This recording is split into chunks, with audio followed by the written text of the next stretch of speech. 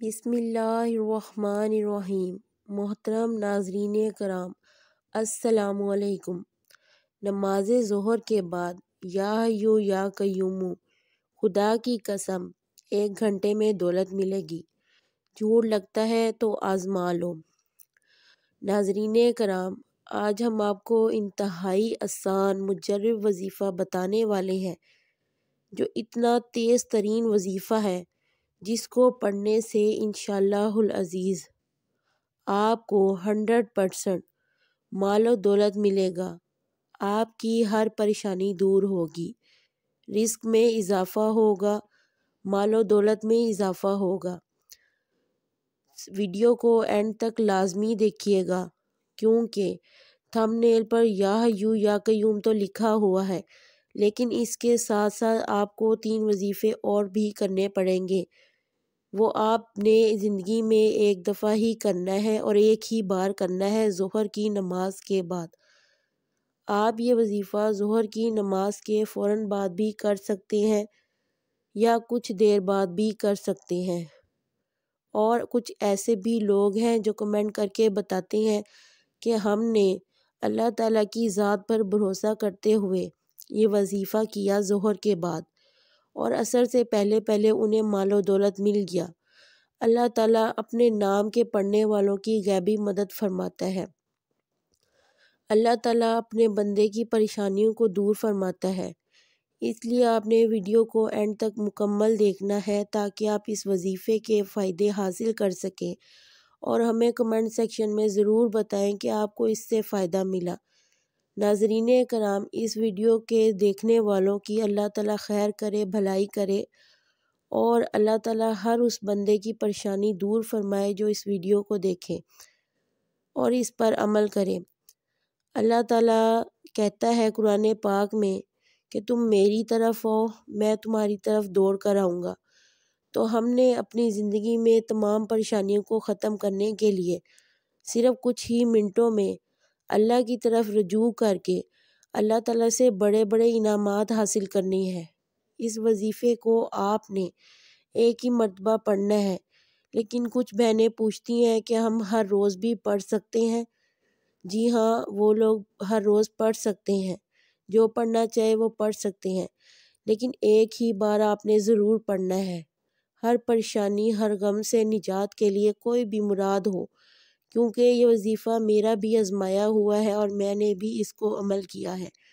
اس وظیفے کے پڑھنے سے اللہ تعالیٰ انسان کی دلی مراد ضرور پوری کرتا ہے، لیکن ہم مسلمان گنہگار ہیں، ہمارا یقین اللہ تعالیٰ پر ڈگمگا جاتا ہے۔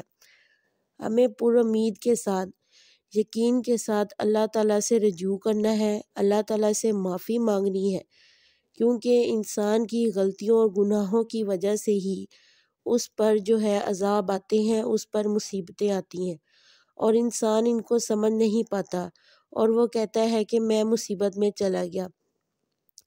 میں آپ کو یہاں پر 2-3 مثالیں دینے والی ہوں خواتین کے لحاظ سے، جو ایسے عمل کرتی ہیں جن کی وجہ سے رزق میں تنگی آ جاتی ہے۔ مثال کے طور پر خواتین کا ننگے سر کھانا کھانا، یہ بھی رزق میں تنگی کا باعث بنتا ہے۔ خواتین کا ننگے سر بیت الخلاء میں جانا، یہ بھی تنگی کا باعث بنتا ہے۔ خواتین کو چاہیے کہ سر ڈھانپ کر کھانا کھائیں، بیت الخلاء میں ننگے سر نہ جائیں۔ اس کے علاوہ مہمانوں کو کسی دور میں رحمت سمجھا جاتا تھا، لیکن آج کل اتنی مہنگائی بڑھ چکی ہے کہ مہمانوں کو زحمت سمجھا جاتا ہے۔ تو مہمان اپنا نصیب خود لے کر آتا ہے، اس سے کبھی گھبرانا نہیں چاہیے، اور رحمتیں اور برکتیں اپنے ساتھ آتے ہیں اور رزق میں اضافہ ہوتا ہے۔ تو آپ نے یہ 2-3 باتوں سے بچنا ہے خواتین نے۔ اور میرے پیارے پیارے بھائی، اگر نماز پڑھتے ہیں باجماعت تو مسجد میں بھی نماز کے بعد یہ وظیفہ پڑھ سکتے ہیں، اگر گھر میں پڑھتے ہیں نماز تو مسجد کے گھر میں بھی یہ وظیفہ کر سکتے ہیں۔ جیسے آپ نماز میں اتحیات کے بعد بیٹھتے ہیں، اسی حالت میں آپ نے بیٹھنا ہے اور وظیفہ شروع کر دینا ہے۔ لیکن اس وظیفے کی کچھ شرائط ہیں کہ آپ نے اللہ تعالیٰ پر یقین ہونا چاہیے آپ کا پورا۔ اللہ تعالیٰ پر یقین رکھتے ہوئے آپ نے یہ وظیفہ کرنا ہے اور ساتھ میں پنجگانہ نماز ضرور ادا کرنی ہے۔ اللہ تعالیٰ سے رو رو کر استغفار پڑھنی ہے۔ اللہ تعالیٰ کے ہاں سربسجود ہو کر اپنے گناہوں کی معافی مانگنی ہے اور اپنی حاجت طلب کرنی ہے۔ وہ غفور الرحیم کہتا ہے کہ تم میری طرف آؤ، میں تمہاری طرف بھاگتا ہوں آؤں گا۔ تم میری طرف رینگ کر آؤ، میں تمہاری طرف چلتا آؤں گا۔ تم چل کر آؤ، میں تمہاری طرف دوڑ کر آؤں گا۔ وہ غفور الرحیم ہے، اس کی شان بلند ہے۔ یہ ہم ہی مسلمان ہیں جو گناہ گار ہیں، ہمارے دفتر بھرے ہوئے ہیں۔ اس لیے اللہ تعالیٰ سے دعا ہے کہ اللہ تعالیٰ ہم سب کی جائز حاجات، دلی مراد پوری کرے۔ اللہ تعالیٰ ہم سب کے لیے غیبی مدد سے رزق کے وسیع دروازے کھول دے۔ اللہ تعالیٰ ہم سب کا حامی و ناصر ہو۔ چلتے ہیں اپنے وظیفے کی طرف۔ اس وظیفے کو کس طرح سے پڑھنا ہے اور کیا کیا اس کے ساتھ جو عمل ہیں وہ کرنے ہیں۔ نماز ظہر کے بعد آپ نے بسم اللہ الرحمن الرحیم پڑھنا ہے۔ اس کے بعد آپ نے ایک مرتبہ درود ابراہیمی پڑھنا ہے۔ درود ابراہیمی آپ نے پڑھنا ہے کیونکہ درود ابراہیم اول و آخر میں جہاں پڑھ لیا جائے تو پھر جو ہے وہ دعا جو ہے، حاجت جو ہے وہ لپیٹ کر اللہ تعالیٰ کے پاس غلاف کی شکل میں جاتی ہے اور اللہ تعالیٰ اس کو ضرور قبول فرماتا ہے۔ دعا کی قبولیت ہی درود ابراہیمی میں رکھ دی گئی ہے۔ مشکلات کا نجات ہی درود ابراہیمی میں رکھ دی ہے۔ کوشش کیا کریں کہ آپ درود ابراہیمی دن میں اٹھتے بیٹھتے چلتے پھرتے ضرور پڑھا کریں۔ اس وظیفے کے عمل کے لیے آپ نے لازمی ایک مرتبہ درود ابراہیمی پڑھنا ہے۔ اس کے بعد آپ نے 21 مرتبہ یا مسبب الاسباب، یا مسبب الاسباب یہ پڑھنا ہے۔ 21 مرتبہ یا مسبب الاسباب کے بعد آپ نے 21 مرتبہ یا اللہ یا رحمان، یا اللہ یا رحمان، یا اللہ یا رحمان۔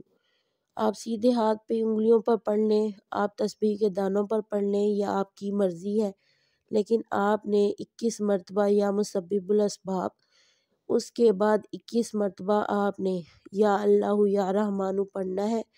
اس کے بعد آپ نے 33 مرتبہ یا حیو یا قیوم برحمتک استغیث، یا حیو یا قیوم برحمتک استغیث یہ پڑھنا ہے۔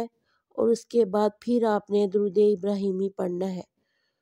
اتحیات والی پوزیشن میں آپ نے بیٹھنا ہے قبلہ رخ ہو کر، اور اللہ تعالیٰ کے ہاں گڑ گڑا کر استغفار پڑھ کر آپ نے دعا مانگنی ہے۔ اللہ تعالیٰ سے اپنے گناہوں کی معافی مانگ کر آپ نے اپنی جائز حاجات طلب کرنی ہے، اپنی مشکلات کا حل اور رزق کی فراہمی اللہ تعالیٰ سے مانگنی ہے۔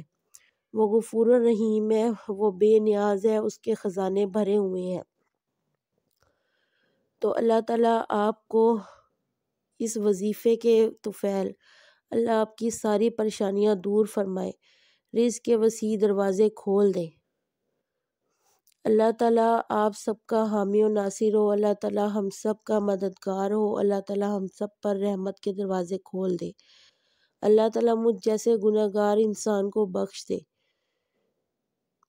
کیونکہ جب اللہ تعالیٰ کو اللہ تعالیٰ کے ناموں سے پکارا جاتا ہے تو وہ مہربان، رحیم و کریم، وہ بہت زیادہ خوش ہوتا ہے۔